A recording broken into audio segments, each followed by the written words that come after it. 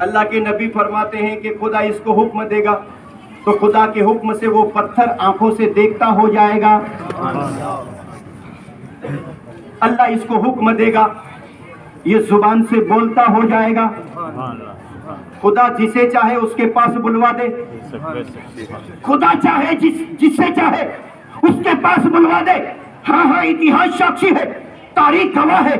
मदीने का इतिहास उठाया जाए, अल्लाह के नबी फरमाते हैं जब मैं पहाड़ों से गुजरता था तो ये पहाड़ मुझे देखकर दुरूद और सलाम पढ़ना शुरू करते थे। इससे पता चला जब खुदा के नबी की ये शान है तो परवरदिगार का आलम क्या होगा। तो सामईन किराम, हमारे असगर अली बाबा जो जा रहे हैं वो दुआ के लिए जा रहे हैं।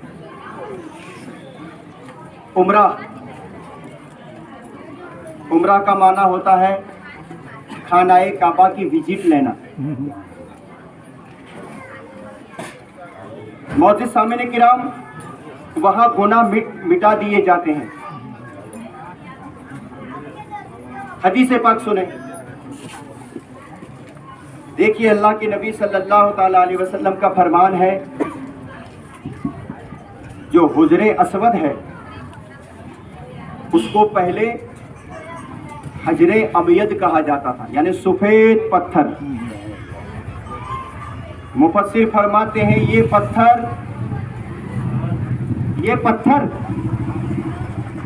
अंडे से और दूध से ज्यादा सफेद था। ये पत्थर में इतना नूर था कि उसकी रोशनी 40 किलोमीटर दूर तक पहुंची थी। इतना खूबसूरत, इतना अबियत, इतना सफेद पत्थर। मगर अबियत भूल गए लोग और अभी क्या कहते हैं, असवद। अरबी में अबियत सफेद को कहते हैं और असवद काले को कहते हैं। ये पत्थर सफेद था, काला कैसे हो गया? अल्लाह के नबी फरमाते हैं पूरी दुनिया के गुनहगार आकर उस पर हाथ लगाते थे, ये तमाम मुसलमानों के गुनाह को चूसते चूसते चूसते सफेद था, काला हो गया। इससे पता चला। अच्छा, एक मसला बता दूं, क्योंकि दुनिया के अंदर दो चीजें, एक कलामुल्लाह जिसको हम कुरान कहते हैं और एक बैतुल्लाह। एक कुरान ऐसा है जिसकी 1 मिनट के लिए तिलावत बंद नहीं, और एक खानाए काबा है जिसकी 1 सेकंड के लिए तवाफ बंद नहीं। हर हाल में तवाफ का सिलसिला क़यामत तक जारी रहेगा, बंद नहीं होगा। अब गुनहगारों ने हाथ लगाया, हाथ लगने से सफेद काला हो गया। तो इस रिवायत से पता चला, ऐ उम्रा और हज में जाने वाले, जब तू यहां से जाता है तो काला होता है और जब मक्का जाकर वापस आता है तू सफेद हो जाता है, गुनाहों से पाक और मुनज़्ज़ह हो जाता है। पता चला, मालूम ये हुआ, ये खानाए काबा नसीब वाला। हमारे असगर अली बाबा, कोई अदा पसंद आ गई होगी, अरे भैया आप भी किसको मेहमान बुलाते हैं? आप जिसे चाहते हैं उसे बुलाते हैं, आप जिसे मानते हैं उसे बुलाते हैं, आपके दिल में जिसकी इज्जत है उसको बुलाते हैं। पता चला, मालूम ये हुआ, न रुपये वाला पहुंचता है, न रियाल वाला पहुंचता है, न डॉलर वाला पहुंचता है, न पाउंड वाला पहुंचता है। मक्का की धरती पर वो पहुंचता है जिसको साहिबे खानाए काबा बुलाता है।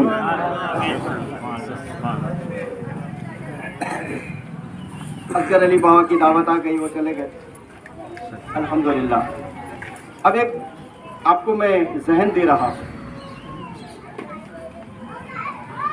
कि आप बहुत सारे पैसे खर्च करते हैं। जैसे हमारी भारत में भी बहुत सी ऐसी जगहें हैं जो देखने के लायक है और देखना भी चाहिए। हिमालय की बुलंदी को भी देखना चाहिए, कश्मीर की हरियाली को भी देखना चाहिए, कच्छ के रण प्रदेश को भी देखना चाहिए। क्योंकि कुरान फरमाता है तुम जमीन पर सैर करो।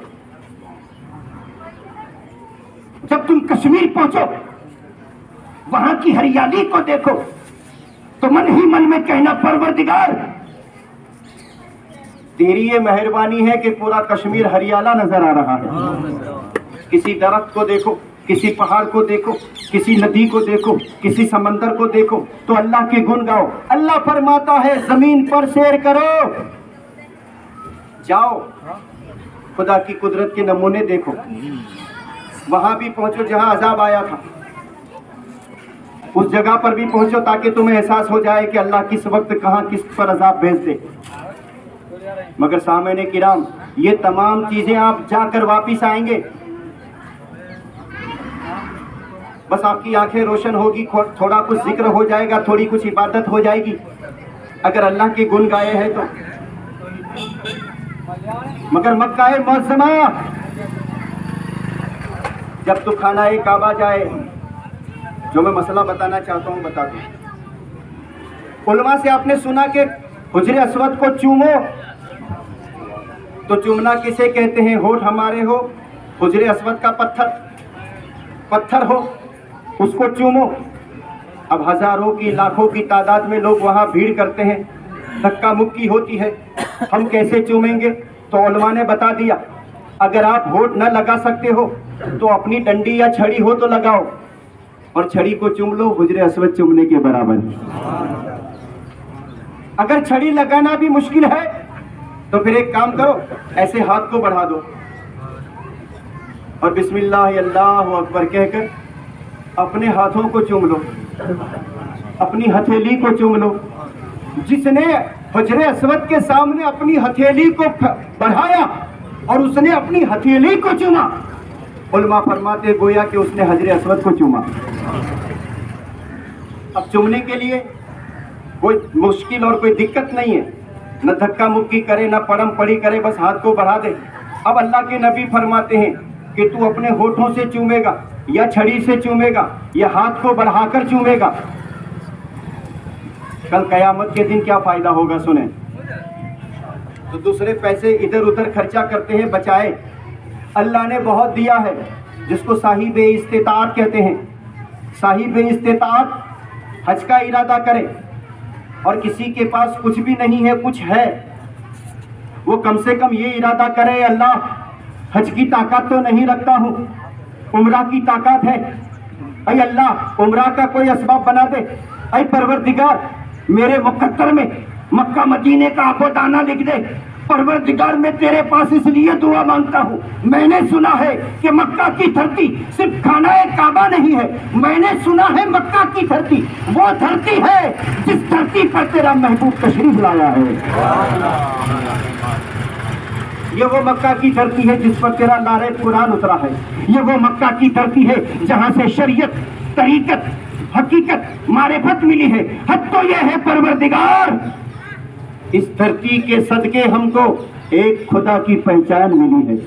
मौला वहाँ पहुँचा दे जहाँ कुरान उतरा, मौला वहाँ पहुँचा दे जहाँ तेरे नबी ने जन्म लिया, मौला वहाँ पहुँचा दे जिसकी एक नेकी लाखों नेकियों के बराबर है। मौला उस जगह पर पहुँचा दे जहाँ का पानी भूखे की भूख मिटाता है और प्यासे की प्यास मिटाता है। हाथ में रख के दुआ मांगो तो मौला इस दुआ को कबूल फरमाता है। अब हजरे अस्वद अल्लाह के नबी फरमाते हैं, कल कयामत के दिन, जैसे कुरान सूरह रहमान में बताता है, कुल्लु मन अलैहा फान, हर चीज फना हो जाएगी, मगर फना होने का अंदाज अलग होगा। कुछ फना कर दिया जाएगा, कुछ मिटा दिया जाएगा, कुरान के हुर्फों को उठा लिया जाएगा। इसी तरह खानाए काबा से हजरे अस्वद को निकाला जाएगा। फरिश्ते अपने नूरी हाथों से खानाए काबा में मंसूब हजरे अस्वद को निकालेंगे। अल्लाह का हुक्म होगा कि मैदान महशर खचाखच भर चुका है। हजरत आदम से लेकर आज तक और आज से लेकर सुबह कयामत तक जितने पैदा हुए हैं सब के सब एक मैदान में होंगे। अब्जों की तादाद में लोग जमा होंगे। अल्लाह इरशाद फरमाएगा, फरिश्तों, वो जो पत्थर जो खानाए काबा से तुमने निकाला है, एक ऊंचे प्लेटफॉर्म पर उसको रखा जाए, एक अलग स्टेज पर उसको रखा जाए। अल्लाह के नबी फरमाते वो पत्थर मैदान महशर में एक ऊंचे स्टेज पर रखा जाएगा। जो पत्थर वहां बैठे बैठे तमाम महशर वालों को पहचानेगा। अल्लाह के नबी फरमाते हैं कि खुदा इसको हुक्म देगा तो खुदा के हुक्म से वो पत्थर आंखों से देखता हो जाएगा। अल्लाह इसको हुक्म देगा, ये जुबान से बोलता हो जाएगा। खुदा जिसे चाहे उसके पास बुलवा दे, खुदा चाहे जिससे चाहे उसके पास बुलवा दे। हाँ हाँ, इतिहास साक्षी है, तारीख गवाह है। मदीने का इतिहास उठाया जाए। अल्लाह के नबी फरमाते हैं, जब मैं पहाड़ों से गुजरता था तो ये पहाड़ मुझे देखकर दुरूद और सलाम पढ़ना शुरू करते थे। इससे पता चला जब खुदा के नबी की ये शान है तो परवरदिगार का आलम क्या होगा। पत्थर बोलता होगा, पत्थर देखता होगा। सरकार फरमाते हैं वो देखेगा। क्या देखेगा? असगर अली बाबा आए हैं, हाजी अशरफ आए हैं, हाजी राजू भाई आए हैं, हाजी अयूब भाई आए हैं, ये उम्रा करने आए हैं, ये हज करने आए हैं। ये सबको देखेगा। कहा कि इतनी लंबी तादाद में याद कैसे रहेगा? हजरत आदम से लेकर आज तक, और अल्लाह जाने कब कयामत आएगी वहां तक, ये पत्थर को याद कैसे रहेगा? तो मायूस मत होना, मैं दलील देता हूं। अभी नया लेटेस्ट तरीका निकला है, सीसीटीवी कैमरा। घर पर, दवाखाने पर, बड़ चौराहे पर सीसीटीवी कैमरा लगा दिया जाता है। अब ये 10 बरस के बाद भी उसको रिवर्स किया जाए तो आज की तारीख में कौन कौन क्या क्या लिबास पहनकर सामरी में आया है, कैमरा जवाब दे देगा। 10 साल का निकालो, 20 साल का निकालो, 50 साल का निकालो, 100 साल का निकालो, कैमरा जवाब दे देगा। इसका मतलब ये हुआ कि बंदे की सनत का, बंदे की कारीगरी का ये आलम है, तो मौला की कुदरत का आलम क्या होगा? पूरा पिक्चर दिखेगा। हजरे असवद कहेगा, अल्लाह, ये फला बंदा, इसको तू बख्श दे, इसको तू जन्नत में जाने दे, इसको जहन्नम से बचा ले। हजरे असवद से अल्लाह पूछेगा इसकी वजह? कहा, मौला, ये मोहब्बत से आया था, इसने मुझे चूमा था, ये इतना अदब वाला है कि घर तेरा था, तवाब तेरा था, मगर जब तक मुझे चूमा नहीं, इसने तवाब शुरू नहीं किया, इसने तवाब शुरू नहीं किया। इसके तवाब का मैं साक्षी हूँ, इसके आने का मैं साक्षी हूँ, इसकी इबादत का मैं साक्षी हूँ। पता चला, मालूम ये हुआ, दूसरी जगह जाओगे तो आंखें रोशन होगी, मक्का जाओगे तो बख्शिश की सनद होगी, बख्शिश की सनद मिलेगी। आखिरी बात कहकर इख्तिताम की तरफ चलते हैं, क्योंकि 51 हो चुकी है। देखिए सामान्य किराम, खाना-ए काबा, इस बात को हुज्जतुल इस्लाम इमाम मोहम्मद गजाली ने अपनी मशहूर मारूफ किताब अहियाउल उलूम में लिखा है। अहियाउल उलूम में लिखा है कि जब बंदा खाना-ए काबा पहुंचेगा हज के इरादे से या उम्रा के इरादे से, और उसका चक्कर लगाएगा, अल्लाह के नबी सल्लल्लाहु ताला अलैहि वसल्लम इरशाद फरमाते हैं कि जब क़यामत के दिन सबको मिटाया जाएगा और काबे को उठाया जाएगा, फरिश्ते उठाएंगे तो अल्लाह कहेगा डायरेक्ट मत उठाओ, ये मेरा आजमत वाला घर है, इसको जन्नती कपड़ों से पर्दे लगाओ। जन्नती लिबास, जन्नती लिबास उसको कहते हैं, न कभी वो बोसीदा होगा, न कभी गंदा होगा, न कभी मैला होगा, न उसका रंग रूप खत्म होगा। जन्नत के लिबास, जन्नत का कपड़ा उसे ही कहते हैं। तो जब खाना-ए काबा को जन्नत के आला दर्जे के कपड़े से उस पर पर्दा लगाया जाएगा, ऐसा लगेगा कि आज अल्लाह का काबा, आज अल्लाह का काबा दुल्हन बना हुआ नजर आ रहा है। फरिश्ते जैसे उठाएंगे, मौला आप कहाँ ले जाऊं? कहा एक काम करो, सबसे पहले